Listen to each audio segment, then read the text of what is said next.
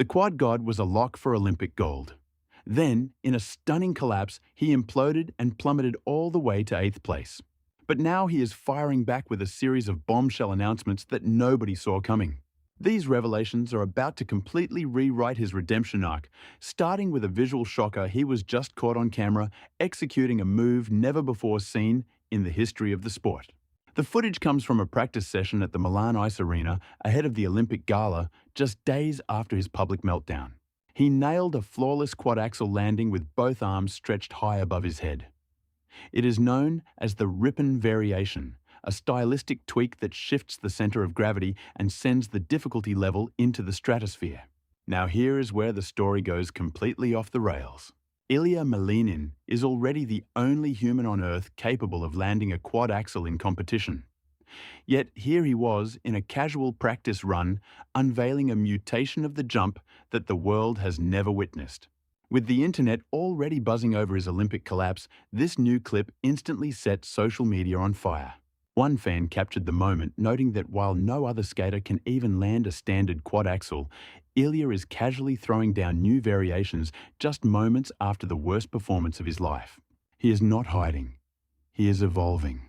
Which brings us to the second shockwave, a cryptic post on Instagram. He uploaded a video with a caption that ended in a simple promise: February 21st, 2026. That is the date of the Olympic Gala, his final appearance on the Milan ice. But the way he described the upcoming performance was downright chilling. He framed it as his side of the story, a chance to finally confront the tidal wave of online vitriol he has been battling. It is an explanation for what he described as his inevitable collapse. And make no mistake, this is not an apology. This is not a redemption tour. It is a declaration. He plans to use the closing exhibition to show the world exactly what the crushing weight of Olympic pressure did to his psyche. With that date just days away, the entire sporting world is watching his every move. And now the third bombshell. In an exclusive interview with Olympics.com just 24 hours ago, on Tuesday, February 17th, Ilia Malinin officially announced his return to competition. His target, the World Figure Skating Championships in Prague. It runs from March 23rd through the 29th. But here is the kicker: he is gunning for his third consecutive world title. That is a feat nobody has touched since Nathan Chen's reign from 2018 to 2021. He made his intentions crystal clear, stating he is counting down the days to reclaim his honor. During an appearance on the Today Show that same morning, he admitted, "I just wasn't ready to handle the magnitude of the moment." He confessed he was ill-equipped for the crucible of the Olympic Games, but now he is ready. The historic comeback is officially on. But to understand why these announcements are sending shockwaves through the sport, we have to look back at exactly what went wrong in Milan. Heading into the 2026 Milan Cortina Games, Ilia Malinin was the undisputed king, a two-time world champion and three-time Grand Prix final winner. He was untouchable, riding a 14-event winning streak in international competition since November of 2023. At the Grand Prix final, he had already shattered limits by landing a historic 7 quad jumps in a single program. After posting a world record free skate score of 228.97, he terrified his rivals by claiming he was operating at only 85% capacity. Gold wasn't just a possibility, it was a foregone conclusion. The campaign began with the team event short program on Saturday, February 7th. He finished second behind Japan's Yuma Kageyama. He looked visibly rattled, and it certainly wasn't his best showing. Then came the free skate on Sunday, February 8th. While he won his segment to clinch the team gold for the United States, he faltered on his quad lutz, a clear sign that he was off his game. He later claimed he was just pacing himself, saving his best energy for the individual gold medal chase. But the individual event was the main attraction, and the pressure was reaching a boiling point. Tuesday, February 10th, the men's short program. He posted a massive score of 108.16, putting 5 points between him and Kageyama.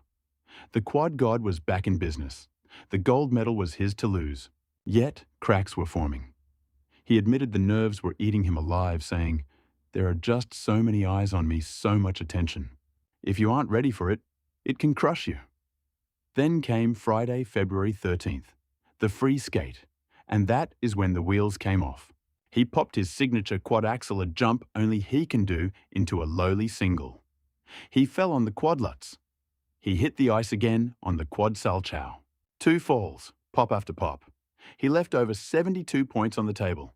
He earned a dismal 156. Point 3, placing him 15th out of 24 skaters in the free skate. He plummeted from first place all the way down to 8th overall. Mikhail Sidorov of Kazakhstan snatched the gold. Kageyama took silver while Japan's Shunsato claimed the bronze. It was one of the biggest upsets in Olympic history, the untouchable favorite completely missing the podium. And the moment he stepped off the ice, he didn't sugarcoat it. He bluntly admitted he choked.